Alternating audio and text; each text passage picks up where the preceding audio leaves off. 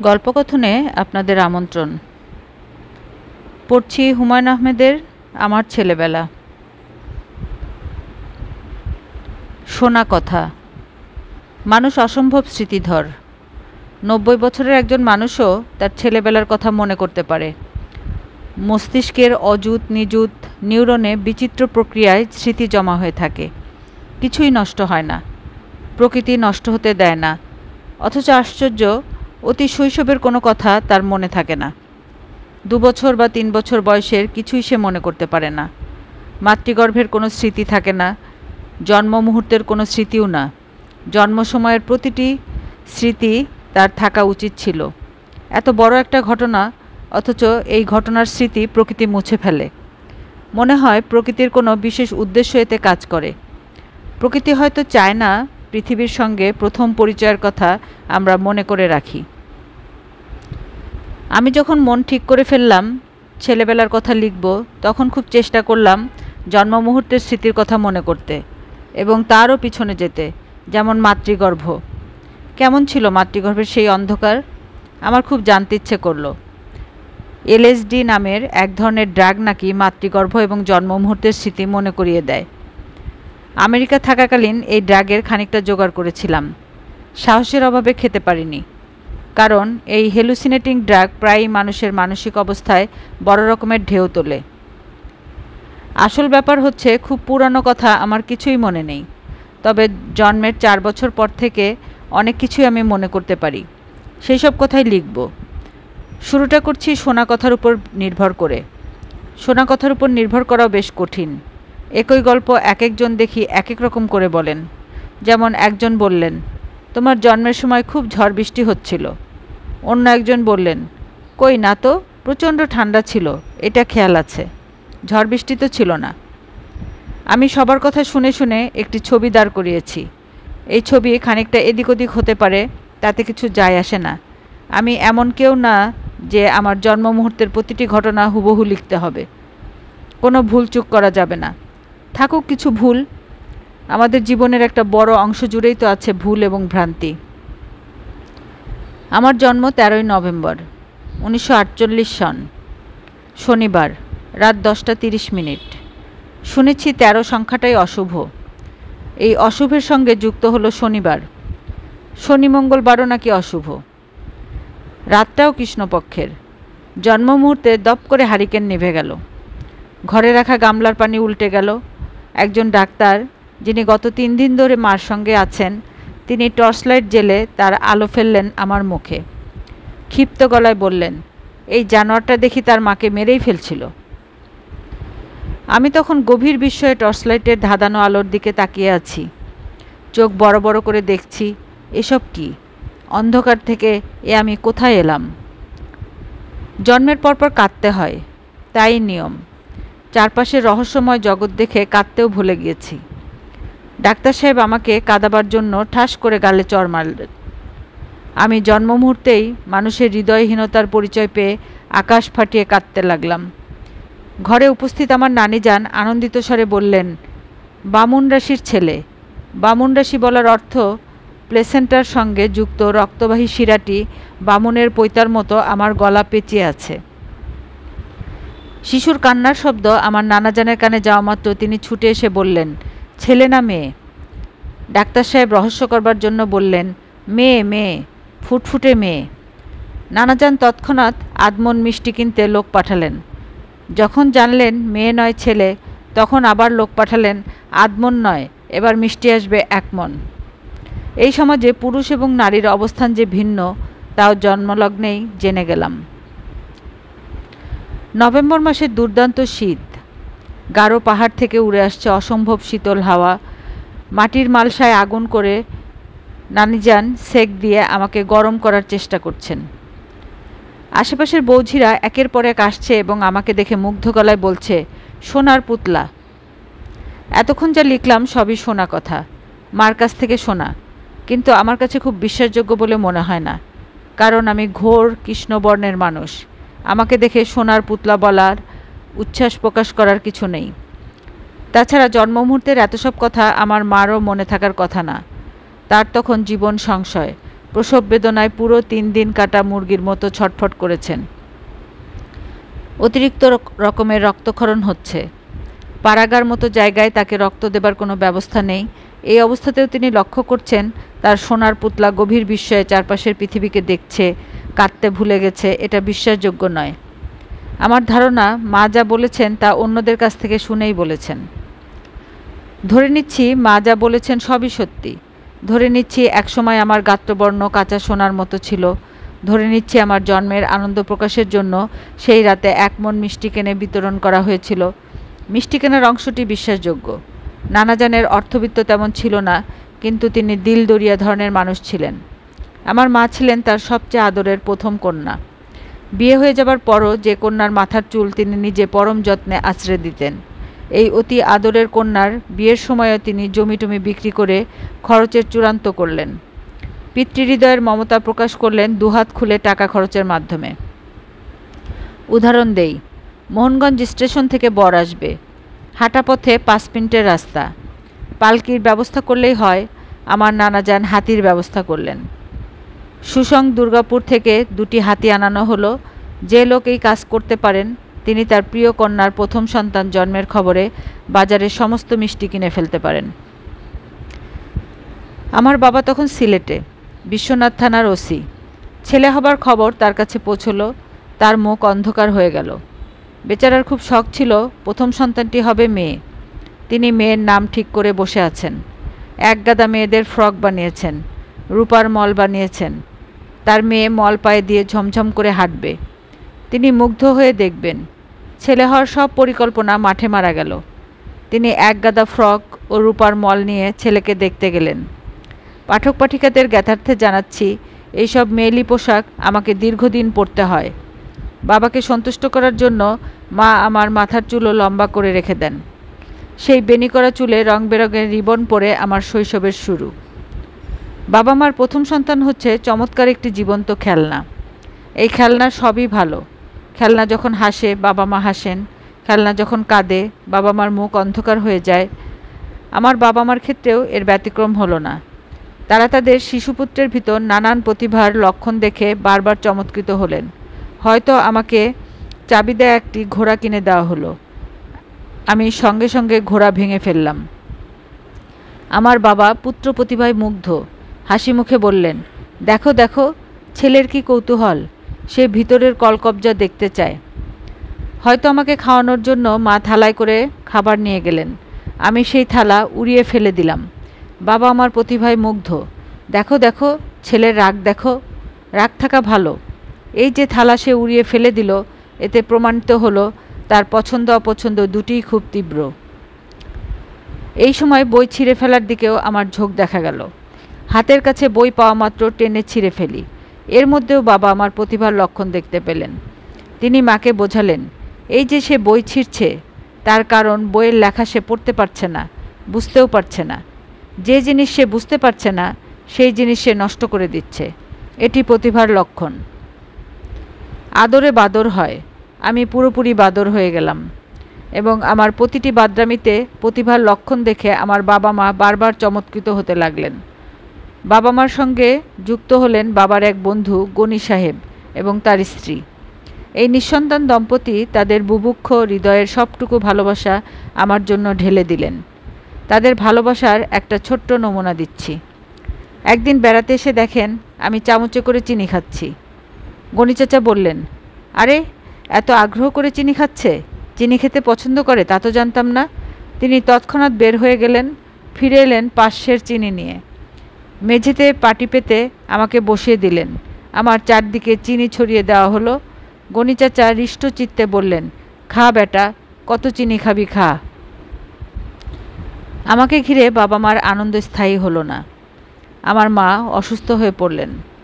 কালান্তক জ্বর, টাইফয়েড। তখন টাইফয়েডের ওষুধ বাজারে আসেনি। রুগীকে ভাগ্যের হাতে ছেড়ে দিয়ে চুপচাপ বসে থাকা ছাড়া কিছুই করণীয় নেই। যতই দিন যেতে লাগলো মার শরীর ততই কাহিল হতে লাগলো। একসময় দেখা গেল তিনি কাউকে চিনতে পারছেন না। এক গভীর রাতে বাবাকে ঘুম ভাঙিয়ে অত্যন্ত অবাক গলায় জিজ্ঞেস করলেন, আমার পাশে এই যে ছোট্ট ছেলেটা শুয়ে আছে, এ কে? বাবা হতভম্ব হয়ে গেলেন। মা বললেন, এই ছেলেটা এখানে কেন? এ কার ছেলে? আমাকে পাঠিয়ে দেওয়া হলো নানাজানের কাছে, সিলেটের বিশ্বনাথ থেকে ময়মনসিংহের মোহনগঞ্জে। পিতৃমাতৃ স্নেহ থেকে পুরোপুরি বঞ্চিত হয়ে আমার দ্বিতীয় জীবন শুরু হলো। আমার নানিজান আমাকে লালন পালনের ভার গ্রহণ করলেন। তখন তার একটি মেয়ে হয়েছে। তার এক কোলে সেই মেয়ে, অন্য কোলে আমি। নানিজানের বুকের দুধ খেয়ে দুজন একসঙ্গে বড় হচ্ছি। 2 মাস জ্বরে ভোগার পরে মা সেরে উঠলেন, কিন্তু টাইফয়েড তার প্রবল থাবা বসিয়ে গেল। মার মস্তিষ্ক বিকৃতি দেখা গেল। কাউকে চেনেন না, যার সঙ্গে দেখা হয় তাকেই বলেন, কত টাকা লাগবে তোমার বলো তো? আমার কাছে অনেক টাকা আছে, যত টাকা চাইবে ততই পাবে, ফেরত দিতে হবে না। বলেই তোষকের নিচ থেকে লক্ষ লক্ষ কাল্পনিক টাকা বের করতে শুরু করেন। মাঝে মাঝে এইসব কাল্পনিক টাকা জানালা দিয়ে উড়িয়ে দেন। চিকন স্বরে চেঁচিয়ে বলেন, টাকা নিয়ে যাও, টাকা, আমি টাকা উড়াচ্ছি, যার যত দরকার নাও, ফেরত দিতে হবে না। মা বিয়ের পর খুব কষ্টে পড়েছিলেন, টাকা পয়সার কষ্ট। বিশ্বনাথ থানার ওসি হিসেবে বাবার বেতন ছিল 80 টাকা। বেতনের এই 80টি টাকা বাবা তার খামখেয়ালি স্বভাবের জন্য অতি দ্রুত খরচ করে ফেলতেন। মাসের 10 তারিখেই বাবার হাতে একটা পয়সা নেই। থানার ওসিদের টাকা পয়সার অভাব হবার কথা না, কিন্তু আজ লিখতে গিয়ে গর্ব এবং অহংকারে বুক ভরে যাচ্ছে যে আমার বাবা ছিলেন সাধু প্রকৃতির মানুষ। বেতনের টাকাই ছিল তার একমাত্র রোজগার। মার কাছে শুনেছি পুলিশের রেশনই তাদের বাঁচিয়ে রাখত। মাসের প্রথমেই রেশন তোলা হতো। রেশনে চাল, ডাল, তেল পাওয়া যেত। সারা মাসে তাদের খাবারের মেনু ছিল ডাল, ডালের বড়া এবং নিম পাতা ভাজি। বাসার সঙ্গে লাগোয়া একটা নিম গাছ ছিল, সেই নিমের কচি পাতা ভাজা করা হতো। মাকে শাড়ি কিনে দেবার সামর্থ্য বাবার ছিল না। মার শাড়ি পাঠাতেন নানাজান। 17 বছরের একটি মেয়ে যে মোটামুটি সচ্ছলতায় মানুষ হয়েছে, তার জন্য এই অর্থকষ্ট বড়ই ভয়াবহ ছিল। অর্থনৈতিক পীড়ন তার উপর যে প্রচণ্ড চাপ সৃষ্টি করেছিল, মানসিক বিকৃতির সময় তাই ফুটিয়ে বের হলো। যার সঙ্গেই দেখা হয় তাকেই মা 1 লাখ বা 2 লাখ টাকা দিয়ে দেন। 2 বছর এমন করেই কাটল। আমি নানিজানের কাছে, মা বাবার সঙ্গে সিলেটে। পুরোপুরি পাগল একজন মানুষ। এক শ্রাবণ মাসের রাতে মার ঘুম ভেঙে গেল। বাইরে ঝুম বৃষ্টি, হাওয়ায় বাড়ি যেন উড়িয়ে নিয়ে যাচ্ছে। বাড়ির পিছনে ঝাঁকড়া জাম গাছে শো শো শব্দ হচ্ছে। মা বাবাকে ডেকে তুলে ভয়ার্ত স্বরে বললেন, বাতি জ্বালাও, ভয় লাগছে। বাবা চমকে উঠলেন। দিব্যি সুস্থ মানুষের মতো কথাবার্তা। হারিকেন জ্বালানো হলো। মা তীব্র স্বরে বললেন, আমার ছেলে কোথায়? বাবা তাকিয়ে রইলেন। তার মন আশা নিরাশায় দুলছে। তাহলে কি মাথা ঠিক হয়ে গেল? কথা বলছো না কেন? আমার ছেলে কোথায়? আয়শা, তোমার কি সব কিছু মনে পড়ছে? আমার ছেলে কোথায়? ও আছে, ও ভালো আছে, তোমার মার কাছে আছে। তুমি দীর্ঘদিন অসুস্থ হয়েছিলে, তাকে পাঠিয়ে দেওয়া ছাড়া উপায় ছিল না। তুমি শান্ত হও, কাল ভোরেই তোমাকে নিয়ে আমি মোহনগঞ্জে রওনা হব। আমি অসুস্থ ছিলাম? হ্যাঁ। মা উঠে গিয়ে একটা আয়না আনলেন। আয়নায় নিজেকে দেখে চোখ দিয়ে টপ টপ করে পানি পড়তে লাগলো। মাথা ভর্তি চুল ছিল, কোনো চুল নেই। দাঁতের রং কুচকুচে কালো। আয়নায় যার ছায়া পড়েছে সে 19 বছরের তরুণী নয়, যেন 60 বছর বয়সের এক বৃদ্ধা। আয়শা, তোমার কি সব মনে পড়ছে? হ্যাঁ। বলো তো, কত তারিখে আমাদের বিয়ে হয়েছিল? আষাঢ় মাসে, 1 আষাঢ়।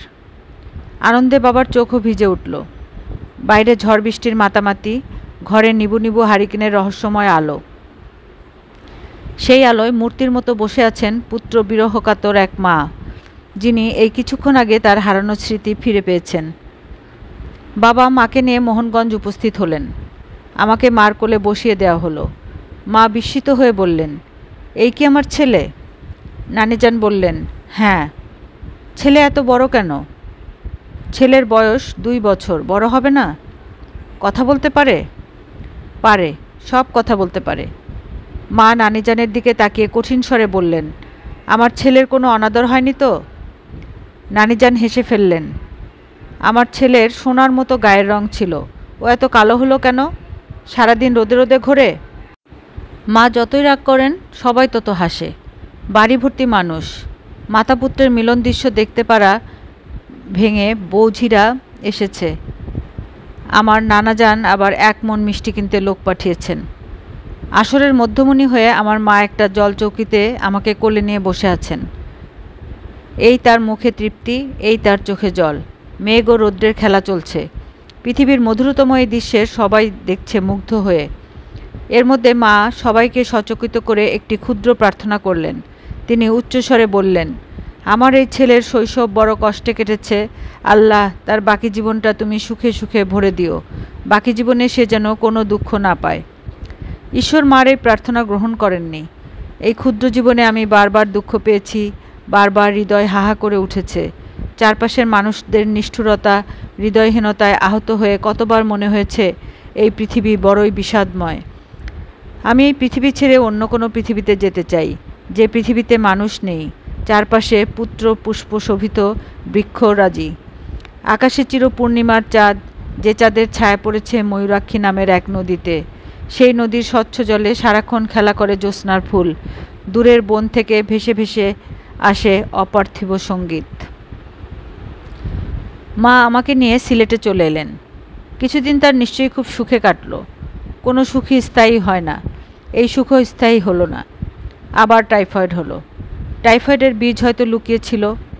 প্রাণ সংহারক মূর্তিতে সে আবার আত্মপ্রকাশ করল। বাবা দিশেহারা হয়ে পড়লেন। মা সারাদিন প্রবল জ্বরের ঘোরে আচ্ছন্ন হয়ে থাকেন। মাঝে মাঝে জ্ঞান ফিরে এলে ব্যাকুল হয়ে তার শিশুপুত্রকে খোঁজেন। সেই শিশুকে তার কাছে যেতে দেওয়া হয় না। মা কাকুতি মিনতি করেন, ওকে একটু দেখতে দাও, একবার শুধু দেখব। কাজের মেয়ে আমাকে নিয়ে দরজার পাশে এসে দাঁড়ায়। মা মুগ্ধ চোখে তাকিয়ে থাকেন। গভীর বিষাদ, গভীর আনন্দে তার চোখে জল আসে। এর মধ্যে একদিন ডাক্তার সাহেব বাবাকে আড়ালে ডেকে নিয়ে বললেন, আপনার স্ত্রী বাঁচবেন না। আপনি মানসিকভাবে এর জন্য প্রস্তুত গ্রহণ করুন। আপনি মানসিকভাবে এর জন্য প্রস্তুতি গ্রহণ করুন। বাবা বললেন, কোনো আশাই কি নেই? না, টাইফয়েড দ্বিতীয়বার হলে আর রক্ষা নেই। তবে কি? টাইফয়েডের নতুন একটা ওষুধ বাজারে এসেছে। শুনেছি ওষুধটা কাজ করে। ইন্ডিয়াতে হয়তো বা পাওয়া যায়, আপনি চেষ্টা করে দেখতে পারেন। আসামের শিলচরে বাবা লোক পাঠালেন। ওষুধ পাওয়া গেল না। বাবা স্ত্রীর মৃত্যুর জন্য মানসিক প্রস্তুতি গ্রহণ করলেন। সেই প্রস্তুতির প্রমাণ হচ্ছে আমার নামকরণ। আমার নাম রাখলেন কাজল। বিভূতিভূষণের পথের পাঁচালীর অপুর স্ত্রীর মৃত্যু হয়েছিল। অপুর ছেলের নাম ছিল কাজল। আমার ভালো নাম রাখা হলো শামসুর রহমান। বাবার নাম ফয়জুর রহমান। বাবার নামের সঙ্গে মিলিয়ে ছেলের নাম। 6 বছর বয়স পর্যন্ত আমাকে শামসুর রহমান নাম নিয়ে চলাফেরা করতে হলো। 7ম বছরে বাবা হঠাৎ সেই নাম বদলে রাখলেন হুমায়ুন আহমেদ।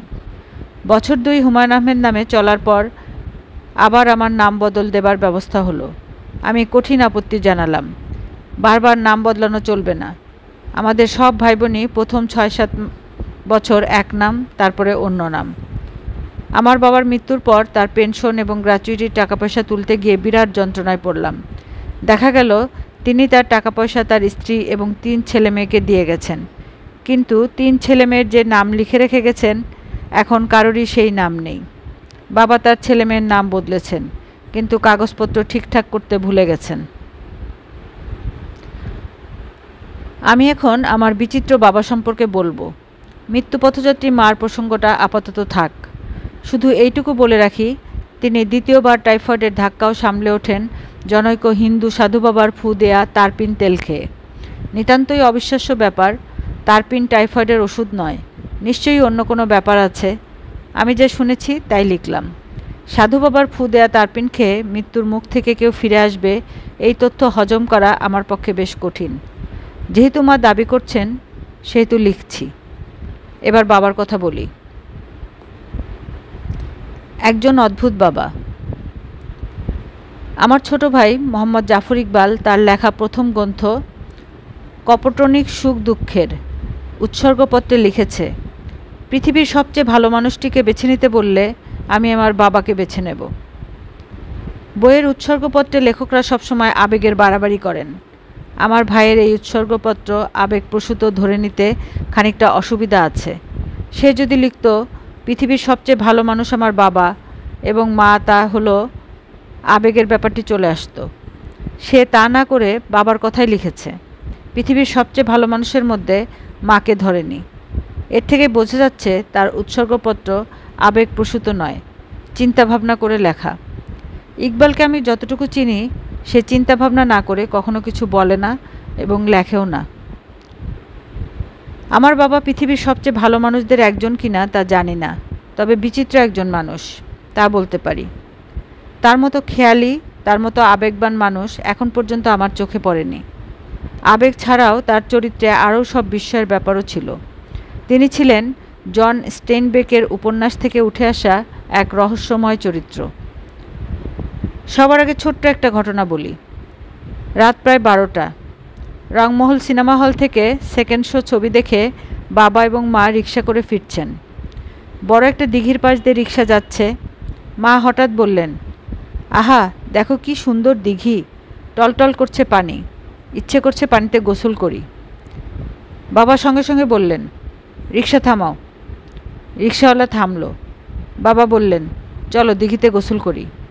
মা হতভম্ব, এই গভীর রাতে দিঘিতে নেমে গোসল করবেন কি? নিতান্ত পাগল না হলে কেউ এরকম বলে? মা বললেন, কি বলছো তুমি? বাবা গম্ভীর গলায় বললেন, দেখো আয়শা, একটাই আমাদের জীবন। এই এক জীবনে আমাদের বেশিরভাগ স্বাদই অপূর্ণ থাকবে। ক্ষুদ্র ক্ষুদ্র যেসব স্বাদ আছে, যা মেটানো যায় তা মেটানোই ভালো। তুমি আসো আমার সঙ্গে। বাবা হাত ধরে মাকে নামালেন। স্তম্ভিত রিকশাওয়ালা অবাক হয়ে দেখল হাত ধরাধরি করে দুজন নেমে গেল দিঘিতে। এই গল্প যতবার আমার মা করেন ততবার তার চোখে পানি এসে যায়। তার নিজের ধারণা, তার জীবনে যে অল্প কিছু শ্রেষ্ঠ মুহূর্ত এসেছিল, ওই দিঘিতে অবগাহন তার মধ্যে একটি। বাবার চরিত্রকে স্পষ্ট করার জন্য আরও কিছু ঘটনার উল্লেখ করি। বাবা তখন সিলেট সদরে পুলিশের ইন্টেলিজেন্সিতে আছেন। পদমর্যাদায় সাব ইন্সপেক্টর। বেতন সর্বসাকুল্যে মাসে 90 টাকা। সেই টাকার একটা অংশ দেশের বাড়িতে চলে যায়, এক অংশ ব্যয় হয় বই কেনা বাবদ, বাকি যা থাকে তা দিয়ে অনেক কষ্টে সংসার চালিয়ে নিয়ে যান মা, যাকে বলে ভয়াবহ জীবন সংগ্রাম। জীবন সংগ্রামের এই অংশটি বাবার কখনো চোখে পড়ে না, কারণ দেশের বাড়িতে পাঠানো টাকা এবং বই কেনার টাকা আলাদা করে বাকি টাকাটা মার হাতে তুলে দেন। বাবার দায়িত্ব শেষ। বাকি মাস টেনে নিয়ে যাবার দায়িত্ব হচ্ছে মার। তিনি তা কিভাবে নেবেন সেটা তার ব্যাপার। বাবার কোনোই মাথা ব্যথা নেই। এইরকম অবস্থায় মাসের 1ম তারিখে বাবাকে খুব হাসি মুখে বাড়ি ফিরতে দেখা গেল। তিনি বিশ্বজয় করা হাসি দিয়ে বললেন, আয়শা, একটা বেহালা কিনে ফেললাম। মা বিস্মিত হয়ে বললেন, কি কিনে ফেললে? বেহালা। বেহালা কী জন্য? বেহালা বাজানো শিখব। কত দাম পড়ল? দাম সস্তা, 70 টাকা। সেকেন্ড হ্যান্ড বলে এই দামে পাওয়া গেল। বাবা সংসার চালাবার জন্য মার হাতে 10টা টাকা তুলে দিলেন। মা হাসবেন না কাঁদবেন ভেবে পেলেন না। বাবার খুব শখ ছিল ওস্তাদ রেখে তার কাছে বেহালা বাজানো শিখবেন। ওস্তাদকে বেতন দিয়ে বেহালা বাজানো শেখার সামর্থ্য তার ছিল না, কাজেই অতি যত্নে বেহালা তুলে রাখা হলো। যেদিন সামর্থ্য হবে তখন ওস্তাদ রেখে বেহালা শেখা হবে। মাঝে মাঝে দেখতাম কাঠের বাক্স থেকে তিনি বেহালা বের করছেন, অতি যত্নে ধুলা সরাচ্ছেন, ছড়ের ওজন মাখাচ্ছেন এবং একসময় লাজুক ভঙ্গিতে বেহালায় ছড় ঘষছেন। কান্নার মতো একরকম আওয়াজ উঠছে বেহালা থেকে। আমি মুগ্ধ হয়ে শুনছি। বাবার অসংখ্য অপূর্ণ শখের মতো বেহালা বাজানোর শখও পূর্ণ হয়নি। বাক্সবন্দি থাকতে থাকতে একসময় বেহালার কাঠে ঘুণ ধরে গেল, ছড়ের সুতা ছিঁড়ে গেল, বেহালা চলে এলো আমাদের দখলে। আমার ছোট বোন শেফ বেহালার বাক্স দিয়ে পুতুলের ঘর বানালো। বড় চমৎকার হলো সেই ঘর। ডালা বন্ধ করে সেই ঘর হাতলে ধরে এক জায়গা থেকে অন্য জায়গায় নিয়ে যাওয়া যায়। আরেক দিনের ঘটনা। শীতকালের এক ভোরে মার গলা শুনে ঘুম ভেঙে গেল। কি নিয়ে যেন বাবার সঙ্গে রাগারাগি করছেন। এরকম তো কখনো হয় না। তারা ঝগড়া টগড়া অবশ্যই করেন, তবে সবটাই চোখের আড়ালে। আজ হলো কি? আমি কান পেতে আছি যদি কিছু টের পাওয়া যায়। কিছুই টের পাওয়া যাচ্ছে না। মা বারবার শুধু বলছেন, ঘোড়া দিয়ে তুমি কি করবে? আমাকে বুঝিয়ে বলো। কে পুষবে এই ঘোড়া? বাবা বলছেন, এত রাখছো কেন? একটা কোনো ব্যবস্থা হবেই। মা ফোপাতে ফোপাতে বললেন, আমরা নিজেরা খেতে পাচ্ছি না, এর মধ্যে ঘোড়া? তোমার কি মাথা খারাপ হলো? আমি লাফ দিয়ে বিছানা থেকে নামলাম। কথাবার্তা থেকে মনে হচ্ছে একটা ঘোড়া কেনা হয়েছে। আমাকে জেগে উঠতে দেখে বাবা হাসি মুখে বললেন, ঘরের বাইরে গিয়ে দেখে আয়, ঘোড়া কিনে এনেছি। কি অদ্ভুত কাণ্ড! ঘরের বাইরে সুপারি গাছের সঙ্গে বাঁধা বিশাল এক ঘোড়া। ঘোড়াটাকে আমার কাছে আকাশের মতো বড় মনে হলো। সে ক্রমাগত পা দাপাচ্ছে এবং ফোঁস করে শব্দ করছে। আমাদের কাজের ছেলে আসাদ, তার নাম সম্ভবত আসাদ, সে বলতো আসদ, ভীত মুখে একটু দূরে দাঁড়িয়ে আছে। ঘটনা হচ্ছে, বাবা মাকে না জানিয়ে প্রভিডেন্ট ফান্ডে এ পর্যন্ত জমা টাকা তুলে একটা ঘোড়া কিনে ফেলেছেন।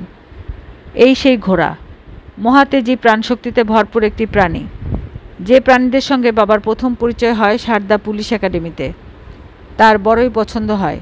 বাবা তার পছন্দের জিনিস যে করেই হোক জোগাড় করেন। এতদিন পর ঘোড়াও জোগাড় হলো।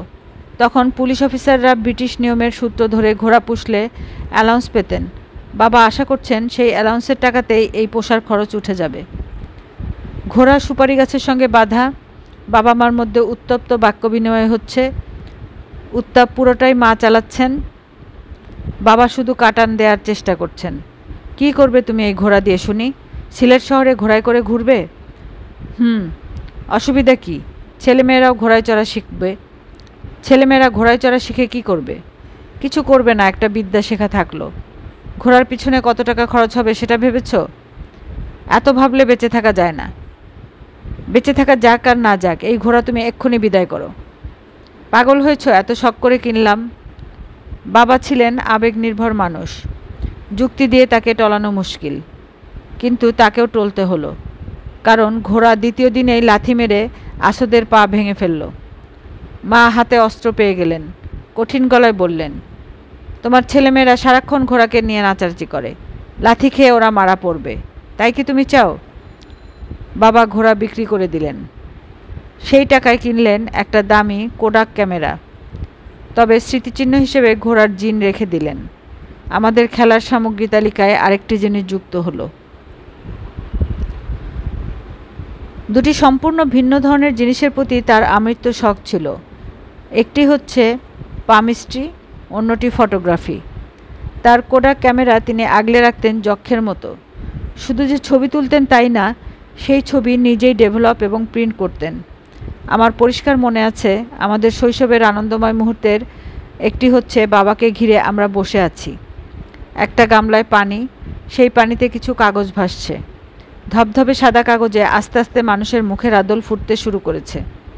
আমরা আনন্দে লাফাচ্ছি। বাবার মুখে আনন্দের হাসি।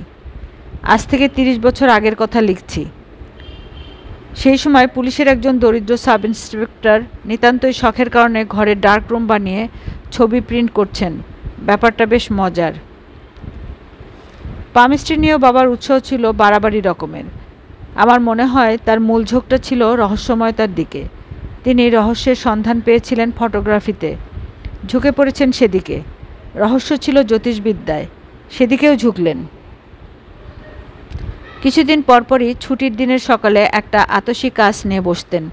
গম্ভীর গলায় বলতেন, বাবারা আসো তো দেখি, হাতের রেখায় কোনো পরিবর্তন হলো কিনা।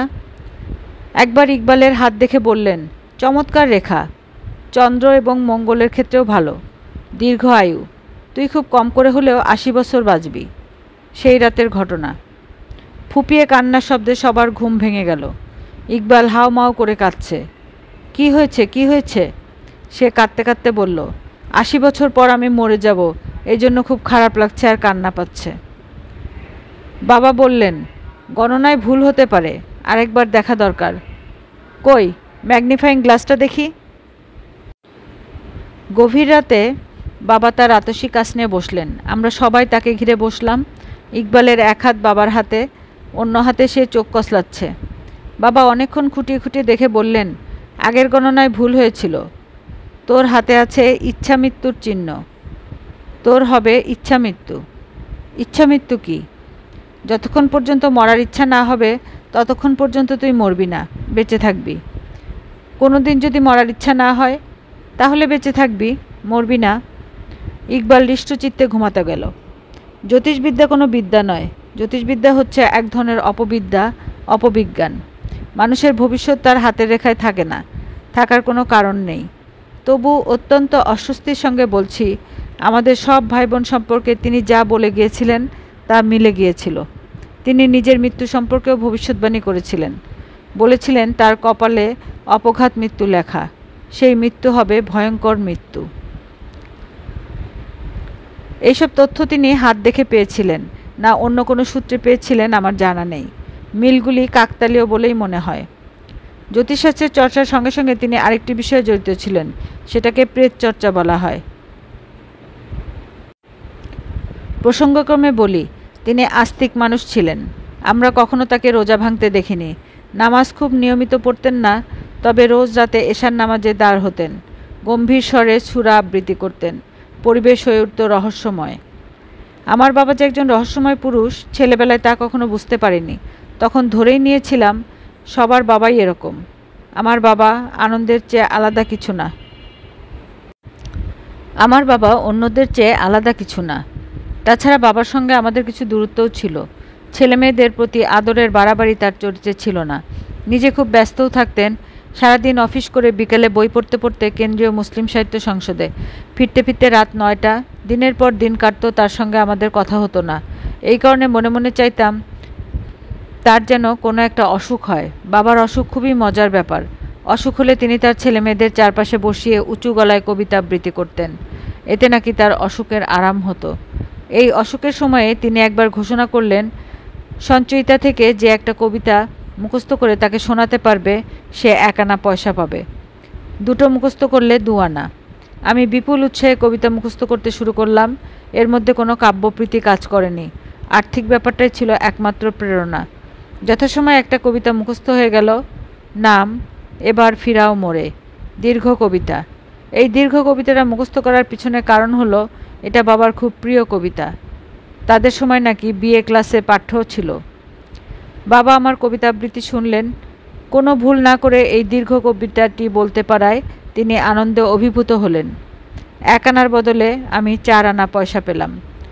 সাহিত্য বিষয়ক কর্মকাণ্ড থেকে ওটাই ছিল আমার প্রথম রোজগার। প্রসঙ্গ থেকে আবার সরে এসেছি। পাঠক পাঠিকাদের কাছে ক্ষমা প্রার্থনা করে প্রসঙ্গে ফিরে যাই। বুঝতে পারছি এরকম সমস্যা বারবার হবে। মূলধারা থেকে সরে আসবো উপধারায়। কে জানে সেই উপধারাই হয়তোবা মূলধারা। তাছাড়া আত্মজীবনীমূলক রচনায় মূল্যহীন অংশগুলোই বেশি মূল্য পায়। শেরে বাংলা একে ফজলুল হক তখন অবিভক্ত বাংলার মুখ্যমন্ত্রী। শিক্ষিত মুসলমান ছেলে তার কাছে চাকরির আবেদন করলেই কাজ সমাধা। কিছু না কিছু তিনি জুটিয়েই দেবেন। বাবা বিএ পাশ করেছেন ডিস্টিংশন নিয়ে। খুব শখ ছিল ইংরেজি সাহিত্যে কলকাতা বিশ্ববিদ্যালয়ে এমএ পড়বেন। অর্থের অভাবে তা হয়ে উঠছে না।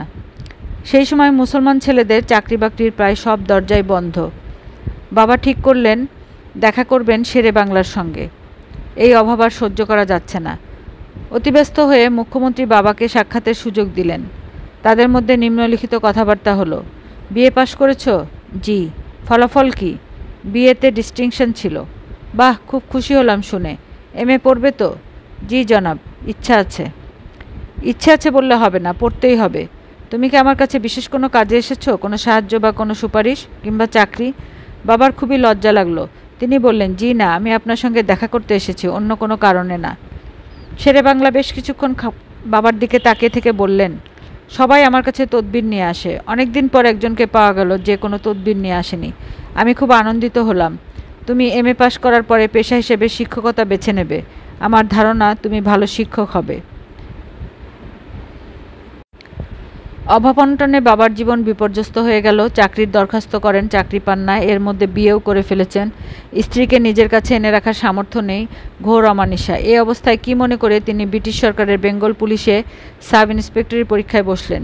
সেই সময় অত্যন্ত লোভনীয় এই চাকরিতে নির্বাচিত হবার জন্য কঠিন সব পরীক্ষায় বসতে হতো। তিনি পরীক্ষা দিতে বসলেন। গ্রহের ফেরে এই পরীক্ষায় প্রথম হয়ে পেলেন।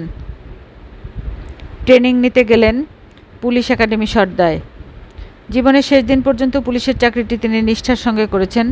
বাবার মৃত্যুর পর দেখা গেল এই জীবনে তিনি 4000-এর মতো বই এবং পোস্ট অফিসের পাস বইয়ে 130 টাকা ছাড়া কিছুই রেখে যাননি। বইয়ের সেই বিশাল সংগ্রহ পাকিস্তান হানাদার বাহিনীর নির্দেশে পিরোজপুরের একদল হৃদয়হীন মানুষ লুট করে নিয়ে যায়।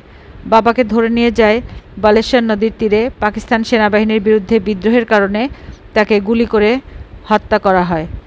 ভরা পূর্ণিমায় ফিনকি ফোটা জ্যোৎস্নায় তার রক্তাক্ত দেহ ভাসতে থাকে বালেশ্বর নদীতে। হয়তো নদীর শীতল জল তার রক্ত সে রাতে ধুয়ে দিতে চেষ্টা করেছে। পূর্ণিমার চাঁদ তার সবটুকু আলো ঢেলে দিয়েছে তার ভাসন্ত শরীরে। মমতাময়ী প্রকৃতির পরম আদরে গ্রহণ করেছে তাকে। এই প্রসঙ্গ থাক, এই প্রসঙ্গে আর লিখতে ইচ্ছে করছে না, বরং মার কথা বলি। আজকের পর্বের এখানে সমাপ্তি। গল্প শুনতে ভালো লাগলে সাবস্ক্রাইব করুন, লাইক, কমেন্ট অ্যান্ড শেয়ার করতে ভুলবেন না। ভালো থাকুন, সুস্থ থাকুন। আল্লাহ হাফেজ।